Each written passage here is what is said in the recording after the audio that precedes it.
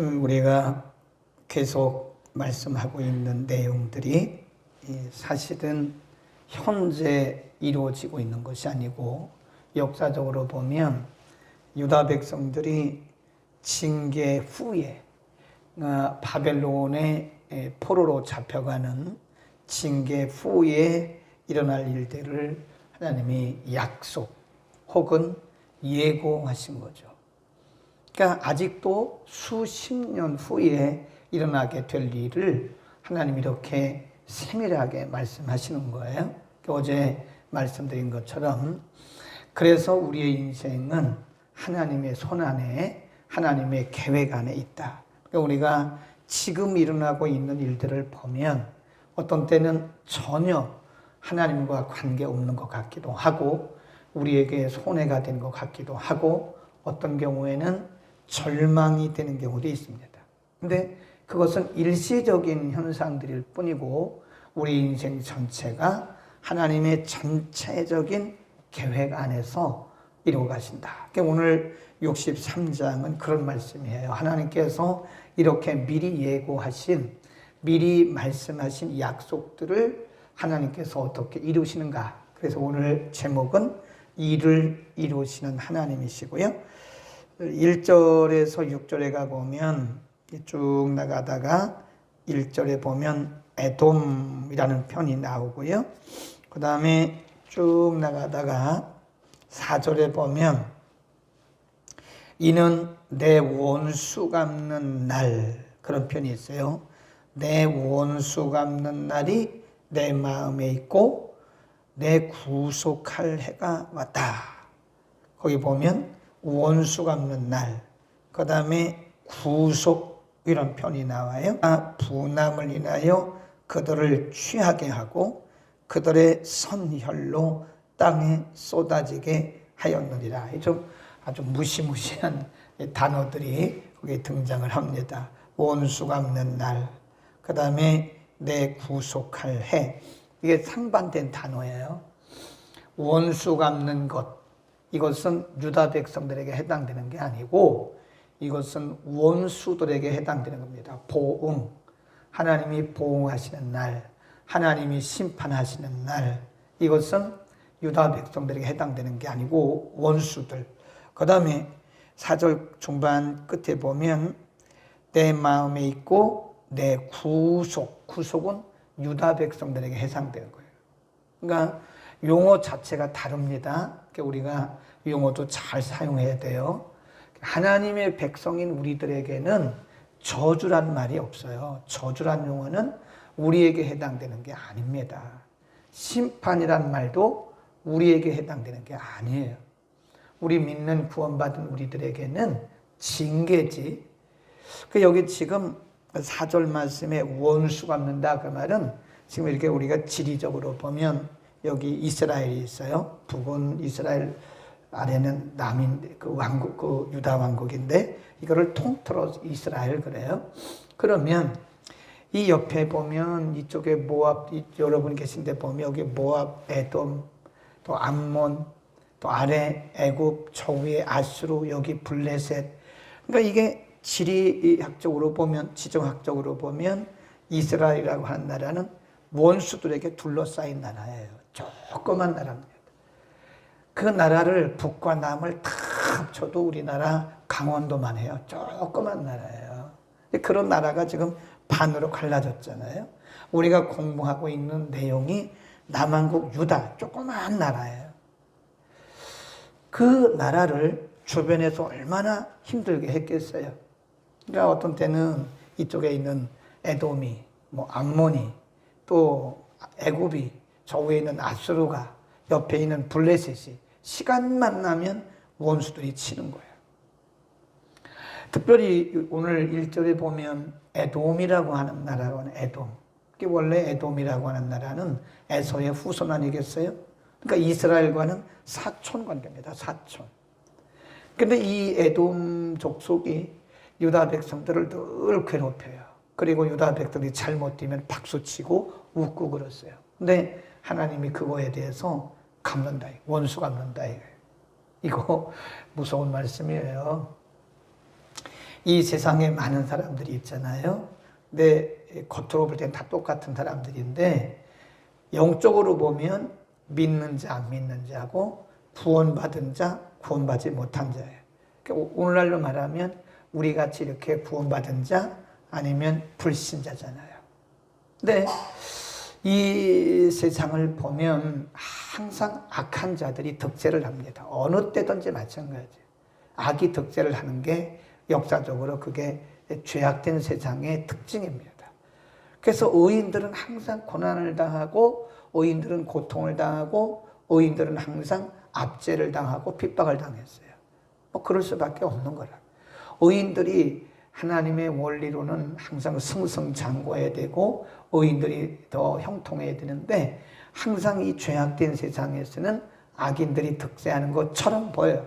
그래서 하나님께서 그 악인들을 먼저 심판하시겠다 그거예요. 개인적으로 보면요, 우리가 이렇게 믿는 사람과 믿지 않는 사람들이 살아가잖아요. 여기는 믿는 사람, 여기는 믿지 않는 사람이에요. 살다 보면 사실 믿는 사람들이 손해를 많이 보죠. 왜냐하면 우리가 양보해야 되고 우리가 뭐 이기려고 해서 이기게 되겠습니까? 어떤 면으로 봐도 우리가 지죠. 그렇잖아요. 우리는 선하게 살아야 되고 양보해야 되고 손해봐야 되고 복음 때문에 하나님의 영광 때문에 그렇잖아요. 우리가 매번 못 이기잖아요. 복음 때문에 그런 거. 우리가 뭐 법대로 하면 얼마든지 이길 수 있고 힘대로 하면 얼마든지 이기죠. 근데 복음 때문에 우리가 못하는 거잖아요. 하나님의 영광 때문에 못하잖아요. 근데 그걸 하나님이 다 하신다는 거예요. 하나님이 다 하시고 이렇게 하나님이 에돔을 먼저 에돔에게 하나님이 심판하시는 것처럼 하나님이 보응을 하세요. 그 얘기입니다. 그래서 1절에서 6절 말씀은 하나님께서 먼저 유다 백성들을 괴롭혔던 그런 세력들에 대해서 하나님께서 먼저 보응을 하신다. 원수를 갚으신다. 그런 얘기입니다. 그래서 악인들이 이기는 것 같지만 결국은 우리가 싸울 필요가 없어요. 하나님께서 그들에게 갚으신다. 그런 말씀. 보신 모든 자비와 그 찬송을 말하며 그 긍휼을 따라 그 많은 자비를 따라 이스라엘 집에 베푸신 큰 은총을 말할 것이다. 이것도 아직 임하지 않은 거죠. 10절에 보면 10절에 그들이 반역하여, 그들은 유다 백성들입니다. 이스라엘. 그들이 반역하여 주의 성신을, 주의 성령을 근심케 하였으므로 그가 돌이켜, 그는 하나님이죠, 그들의 대적이 되사 친히 그들을 치셨다. 예. 그러니까 지금 유다 백성들이 바벨론에 가서 하나님의 징계를 받는 이유는 하나님을 근심케 해서 그런 거예요. 여기 보면 성신이라고 그러는데 요즘 번역에는 성령이라고 번역을 제대로 했더라고요. 성령을 근심케 한 그 결과다. 그래서 이들이 바벨론에서 이제 징계를 70년 동안이나 받게 된다는 거예요. 그러나 8절에 보면 여호와께서 말씀하시되 그들로 실로 나의 백성이요 거짓을 행치 아니하는 자녀라 하시고 그들의 뭐가 돼요? 구원자가 된다. 그러니까 그들을 괴롭혔던 유다 백성들을 괴롭히고 유다 백성들을 늘 압제했던 그 주변에 있는 나라들에 대해서는 하나님이 뭐가 돼요? 원수처럼 그들에게 징계하시고 보응하시고 심판하시고, 하나님의 백성들은 하나님이 징계하시는데 그것으로 끝나는 것이 아니라 하나님이 그들에게 은총을 베풀어서 구원하신다. 그러니까 지금 아직 하나님께서 바벨론의 유다 백성들을 파시기 전에 하신 말씀이에요.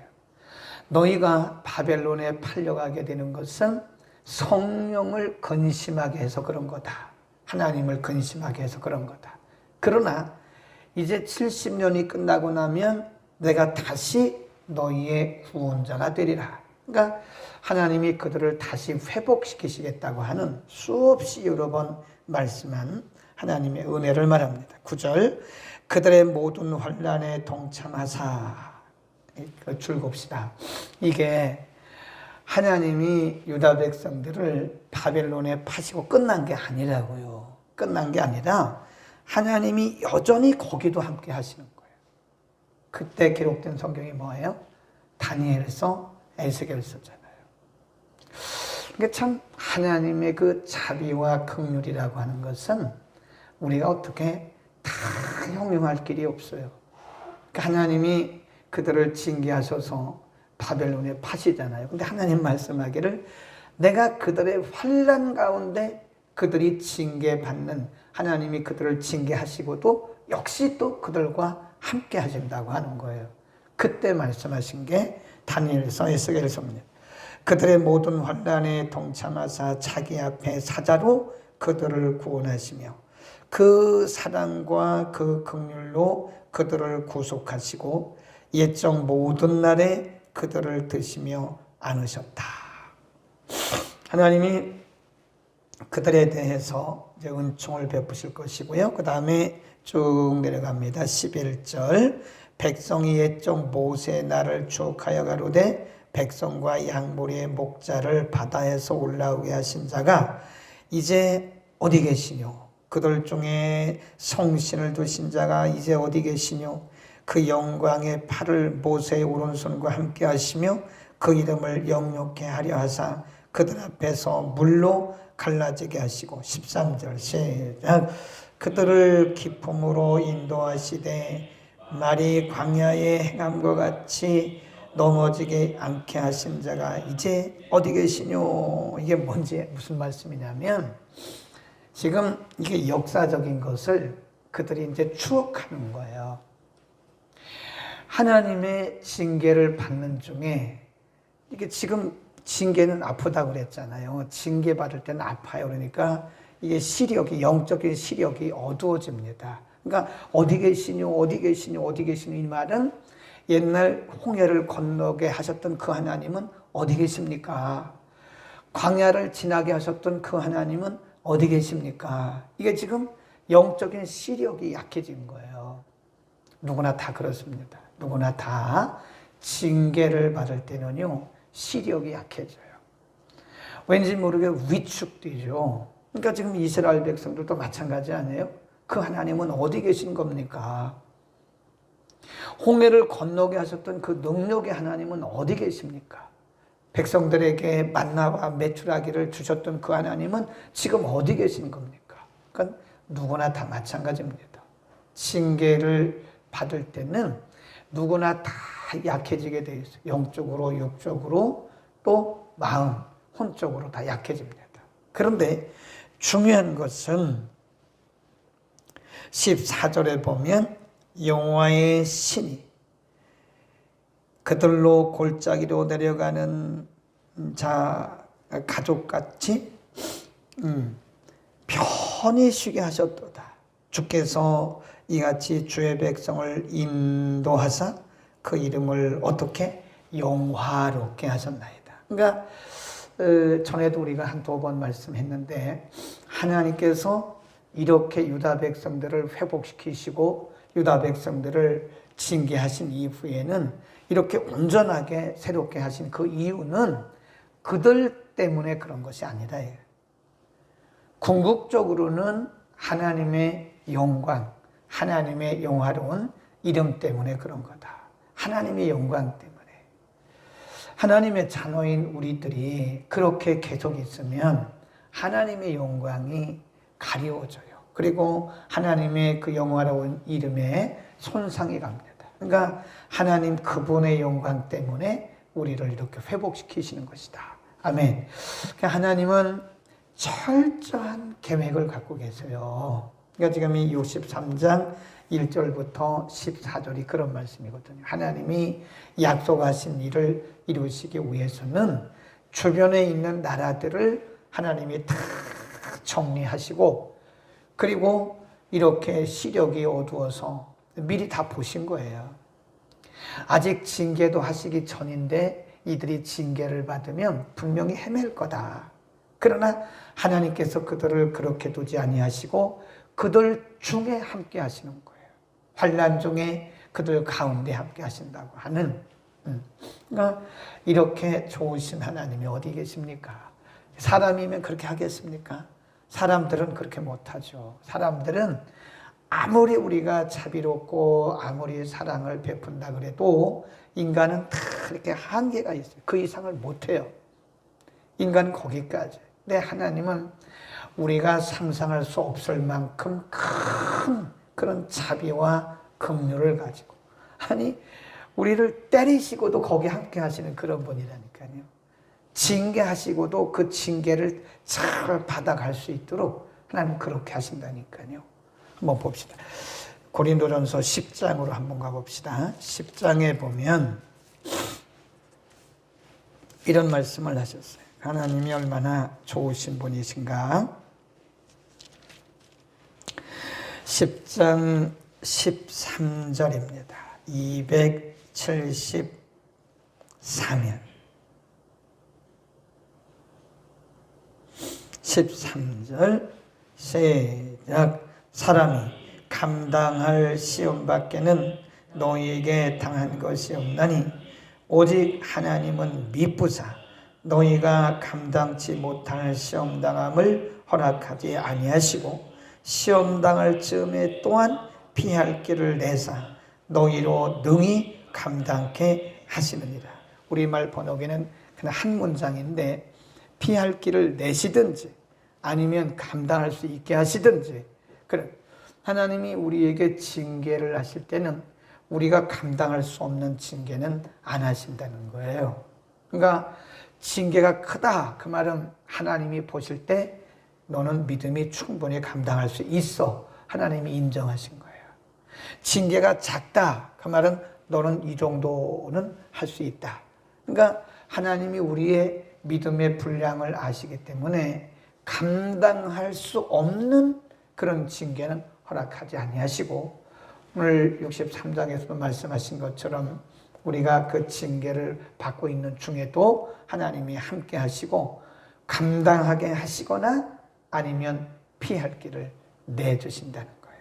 피할 길을 주시거나 아니면 감당할 수 있는 힘을 주신 것이다. 그래서 오늘 63장은 하나님이 어떻게 그 약속들을 이루어가시는가를 우리에게 가르쳐 주셨습니다. 앞서가시는 주님을 바라보기를 바랍니다. 기도하겠습니다. 거룩하신 우리 아버지 하나님, 하나님께서 유다 백성들에게 약속만 하신 것이 아니라 하나님의 그 약속하신 약속을 어떻게 이루실 것인가, 하나님의 일하시는 하나님의 역사의 방법까지도 알려주셨습니다. 하나님께서 일시적으로 그들을, 유다 백성들을 징계하셨으나 유다 백성들을 괴롭혔던 주변의 여러 원수들을, 나라들을 하나님 멸하시고 하나님의 백성들은 구속하시고, 징계 중에 있을 때도 하나님 그들과 함께 하시고 하나님 반드시 피할 길을 주시고 때로는 감당케 하신다고 말씀하셨습니다. 거룩하신 아버지, 우리가 늘 앞서 행하시며 우리 가운데서 일하시는, 일을 이루시고 약속을 이루시는 하나님을 바라보는 우리의 믿음의 눈을 밝혀 주옵소서. 우리가 어떤 환경 속에서, 어떤 문제 속에서, 어떤 상황 속에서 살든지 상황이나 문제나 조건을 바라보지 말게 하시고, 그럼에도 불구하고 여전히 우리와 동행하시고 함께 하시는 하나님을 바라보도록 우리의 믿음의 눈을 열어 주옵소서. 거룩하신 아버지, 오늘도 가정에서, 성전에서 함께 말씀 듣고 결단한 사랑하는 주의 권속들에게 믿음의 눈을 배나 더 밝혀주셔서 오늘도 넉넉히 승리하고 승리의 계가를 부르게 하여 주옵소서. 예수 그리스도의 이름으로 기도드립니다. 아멘.